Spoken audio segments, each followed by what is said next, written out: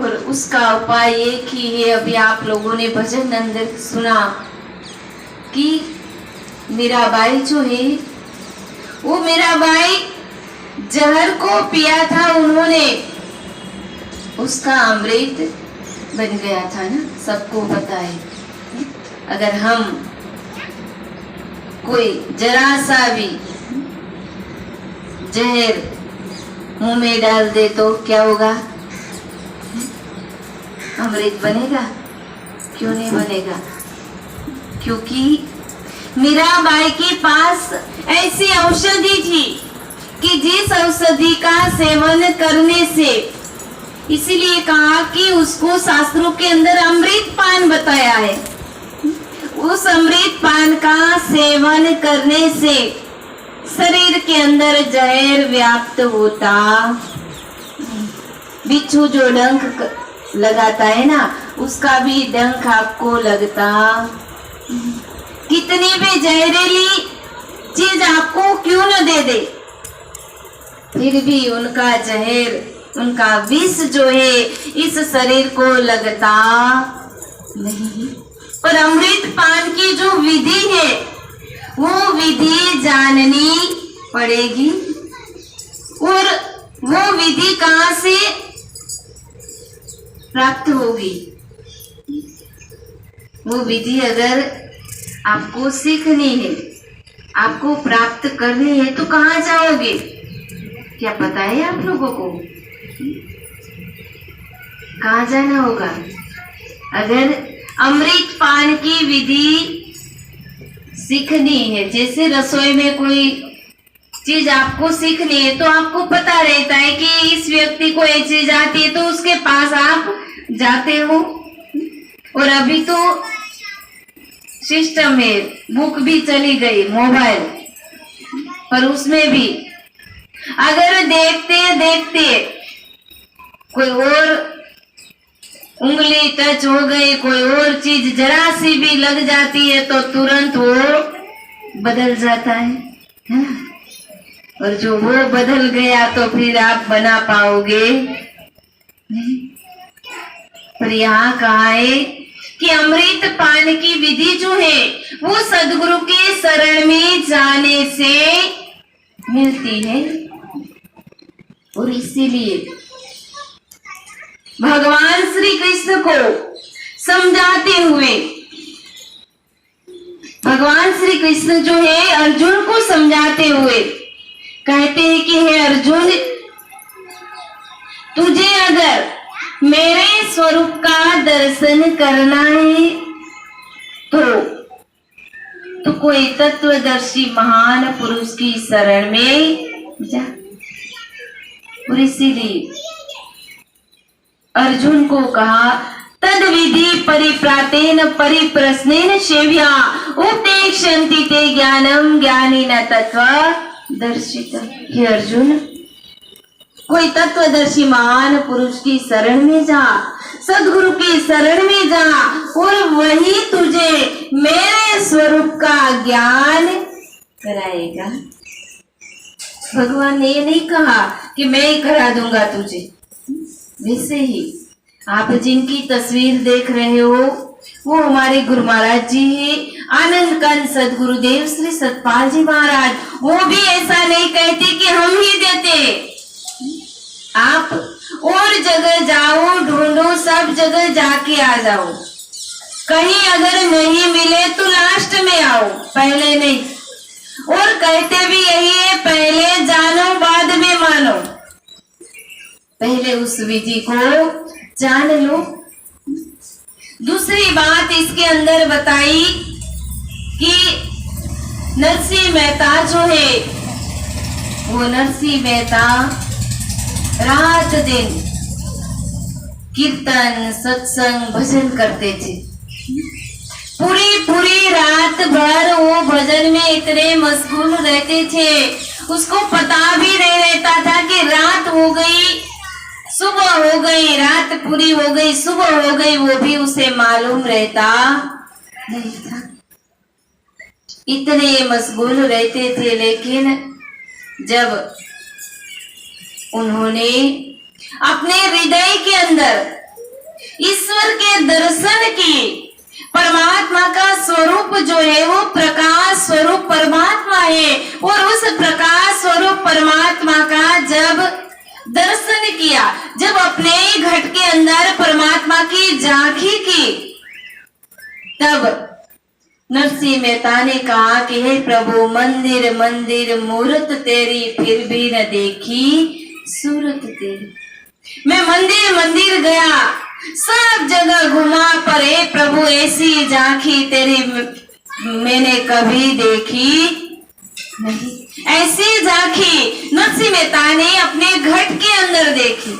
इसीलिए तो सबसे बड़ा तीर्थ जो है, सब तीर्थों से बड़ा तीर्थ घट तीर्थ कहा गया है, और घट के अंदर ही भगवान के दर्शन होते हैं। बाहर कहीं भगवान है नहीं। बाहर जो भगवान है वो भगवान हमने बनाए, एक मानव ने बनाया, और हमको किसने बनाया? भगवान ने। तो वही भगवान हमारे घट अंदर बैठे हुए हैं, और इस शरीर को भी मंदिर कहा है। मन मंदिर तन बहस कलंदर, घट ही तीर्थ नावा। मन को मंदिर कहा, इस घट को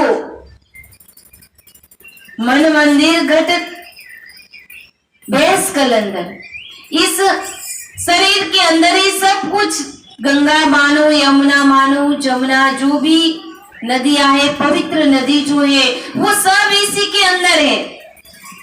और वो नदियां कैसे बहती है, कहाँ बहती है, वो पता रहता, और उसी को जानने के लिए ही तो सदगुरु के पास जाना पड़ता है। यहाँ नरसिंह मेहता ने भी यही बात बताई कि प्रभु आपका जो स्वरूप है, उस स्वरूप का दर्शन मैंने कहीं मंदिरों में नहीं देखा। आज तक बहुत सारे मंदिर देख लिए, यही बात अर्जुन ने कही। अर्जुन ने कहा कि जब भगवान ने उसे ऐसे प्रकाश स्वरूप का दर्शन कराया, तब कहा कि न तद्भाष्यते सूर्यो शशांको न पावक यद् गत्वा निवर्तन्ते तद धाम मम परम। यही बात रामायण के अंदर संत शिरोमणि तुलसीदास जी बताते हैं कि भगवान का स्वरूप कैसा है।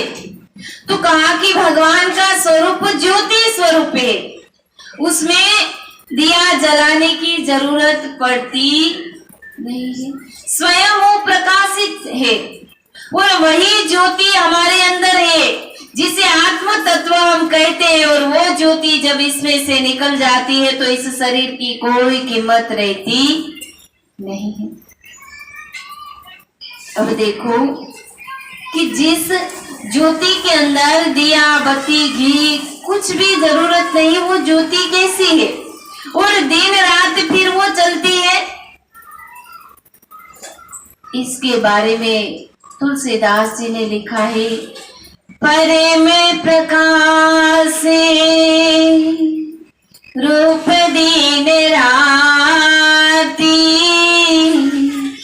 नहीं चाहिए कछु दिया धृत बाती। राम सिया राम जय जय राम, राम सिया राम जय जय राम। क्या कहा कि परम प्रकाश रूप दिन राती, नहीं चाहिए कछु दिया धृत बाती। ईश्वर का स्वरूप कैसा है, कैसा बताया यहाँ? ज्योति स्वरूप। तो क्या उस ज्योति का दर्शन आपने किया है? उस ज्योति को आपने जानी है? उस ज्योति का दर्शन कैसे करते? इन दो नैनों से ईश्वर की झांकी होती। ये भी बात गीता के अंदर भगवान श्री कृष्ण ने स्पष्ट शब्दों में लिखी कि न तो दभाषिते न तुम आम सख्य से द्रष्टुन मने नेम स्वचक्षुषा दिव्यम ददामि ते चक्षु पश्य में योगेश्वर, हे अर्जुन, इस 2 चमड़े की आंख जो है उससे तो मेरा दीदार कभी कर सकेगा नहीं। ये जो आंखों से हम जितना भी देखते हैं वो सब ईश्वर की माया है। और ये भी बात रामायण के अंदर बताई, गो गोचर जहां लग मन जाई सो सब माया जाने हो भाई। देखो जितना हम देखते हैं वो सब ईश्वर की माया बताई है। उससे ऊपर ईश्वर की झांकी होती है, ईश्वर का दर्शन होता है। और हमें मनुष्य जीवन मिला है ईश्वर परमात्मा की प्राप्ति के लिए, ईश्वर की झांकी करने के लिए हमें जीवन मिला है।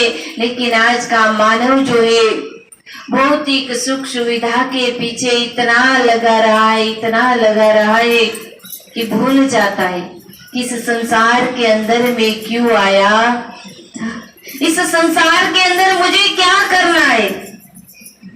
और इसीलिए देखो संत महात्मा आके समझाने की कोशिश करते हैं कि अभी भी आपके पास समय है, अभी भी आप संभल जाओ, अभी भी खुद के लिए कुछ कर लो, समाज के लिए, संसार के लिए, अपने खुद के रिश्तेदारों के लिए खूब कर लिया, अब खुद के लिए भी, आत्म कल्याण के लिए भी कुछ कर लो। क्योंकि गरुड़ पुराण में ये बात बताई कि अगर जीव जो है मनुष्य जीवन को पाकर के अगर ईश्वर का नाम नहीं जानता, ईश्वर की साधना नहीं करता, ईश्वर के स्वरूप का दीदार नहीं करता है, तो वो अपने ही आत्मा का आत्महत्यारा गिना जाता है।